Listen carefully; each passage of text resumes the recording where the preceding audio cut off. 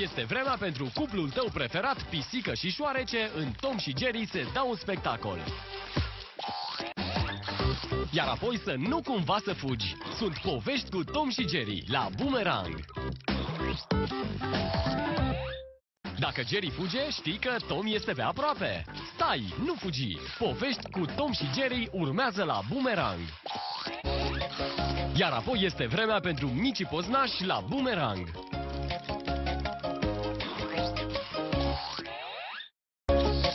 Rămâi la Boomerang. Micii poznași urmează după pauză cu distracție dezlănțuită. Este timpul să te alături celui mai activ oraș din jur. Rămâi la Boomerang pentru orășelul Leneș. Urmează.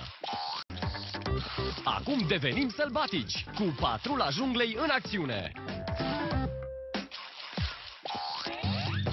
Iar apoi este timpul ca Inspector Gadget să o ia pe urmele celor răi.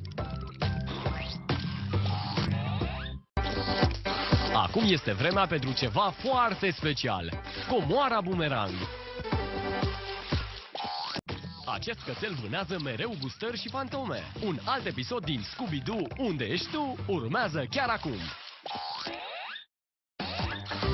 Iar apoi fii gata de multă distracție și lucruri frumoase cu Baby Looney Tunes.